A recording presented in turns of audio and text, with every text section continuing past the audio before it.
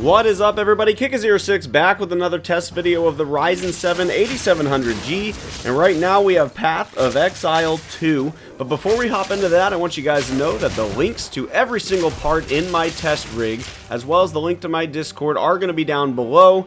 And the final 6.5 minutes or so of this video will be the informational section where I will go over all of the defaults that I changed, all the software I downloaded, basically everything I did out of the box with this CPU to get it to perform the way it is. As for Path of Exile 2, this was a pretty tough game for it, which somewhat makes sense. You're going to see here what settings I'm going to be on. FSR is going to be on full screen dynamic resolution to try to get that FPS up a little bit, and I have it set for quality. If I set it for performance, the FPS would probably be around 20 or 25, so it is not worth it. The game doesn't look the best, but it plays fine. It honestly feels like I'm playing on a PS4. The FPS, when it's set for quality like this, essentially hovered around 45, and those FPS, the 1% lows, kind of hovered around 35. So pretty much 45 and 35. So yes, it's absolutely playable, but it does not look the best, which is why I would probably give it about a 6 out of 10 rating. Because yeah, you can 100% play it. Like, I was playing just fine, even in fights. Even in when it got real dicey with some fights, it was fine. It didn't lag. It didn't. I didn't drop any FPS. None of that. So played fine. Just didn't look the best. So if you're fine with being around that 45 to 50 FPS with about 35% or 1% lows, then yeah, you could definitely play it on this. But I would recommend a dedicated GPU. But again, that is up to you. I hope I answered some of the questions, if you guys had any, about whether or not the 8700G could handle Path of Exile 2. If I didn't, or if you want to see something else, whether it's another setting or another game, feel free to put it down in the comments and I will get to it and create a video for you as soon as I can. But that is going to be all the talking for me. I hope you guys have a great rest of your day, and I will catch you on the next video.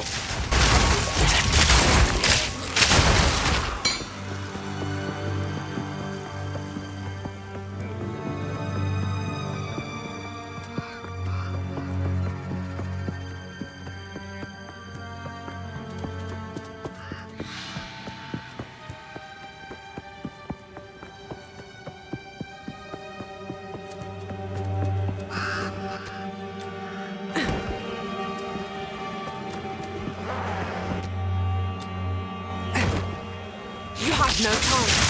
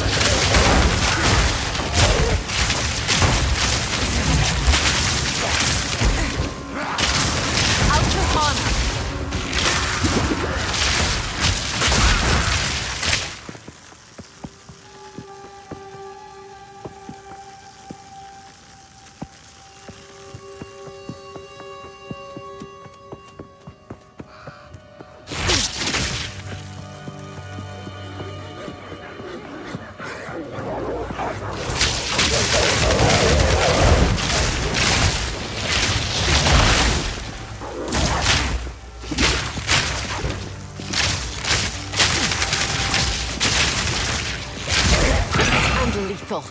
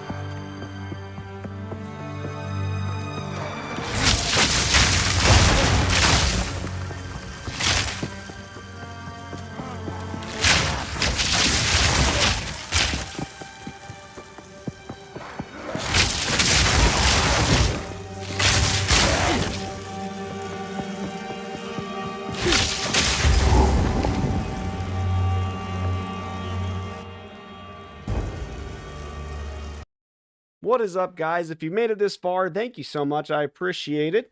I hope you enjoyed the videos. I hope you found them helpful. Up to over the past couple days, I have tested about 20 different games, and this is kind of the part where I just want to go over with you guys my settings and maybe go over an issue or two that I had. First off, this right here is called FPS Monitor. I got it off of Steam. I believe it was a couple bucks, but this is where I got all the information that was in, I think, all but one of the videos. And I think CS Counter-Strike 2, I think, did not take this. I don't remember. One of them didn't like it and it wouldn't work. But FPS Monitor on Steam, I think it was a couple bucks, but that is exactly what I used.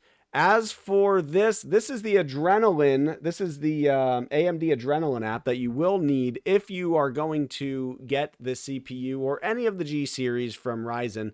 So HyperRX is well known for it being the best for FPS. It has the Super Res that was on, Fluid Motion Frames 2 that was on, Anti-Lag and Boost. All of these were on. You can go to quality, and I think it's pretty comparable, but based on my research, HyperRX is definitely the one that you want to go to for performance, and you can get all these. You can have your own overlay. You can set it up here. I just didn't do that because I like the way the other one was formatted a little bit better. Here's the system right now. I have 32 gig of RAM installed. There's the Ryzen 7 8700G as advertised. So right now it says there's only 24 gig of RAM, and I will tell you why right now. I went into the BIOS and changed the UMA frame buffer size to 8 gig, which means that I took 8 gig of the physical RAM and turned it into VRAM for the APU, so it would have more power. With 32 gig, that gave us plenty of room since most of the games today did not even get over 20 gig usage of RAM. So that gave us some extra FPS. So that's why I did it. I allocated 8 gig of RAM, and that's why right there. I had a question in my chat before that was asking me what version I was using of Windows. So there it is, Windows 11 Home. There's the version in the OS build. So the next thing that I wanted to show you was AMD Ryzen Master. This is where I go for basically the overclocking, really. So I set it on game mode, turned on Precision Boost Overdrive. On top of that, I came down to sock voltage. So the GPU sock voltage was, I set it to 1.275, and I will tell you exactly why. Once I got into the more demanding games like Halo and Warzone and Ark, the computer started just resetting on me, and it would just reset and go right back to the login screen. So I did a little bit of research on Reddit and YouTube, and I found one guy that said he had those same exact issues, and he said it was a voltage problem. So he raised it up to 1.275 volts, and it worked flawlessly, and it was stable, and he never had an issue again. I think, if I remember right, it was on like 1.15 or 1.175, something like that. So he didn't raise it a crazy amount, but over the past 7, I believe, the past 7 games that I tested, 0 issues and no issues, no criticals in the event viewer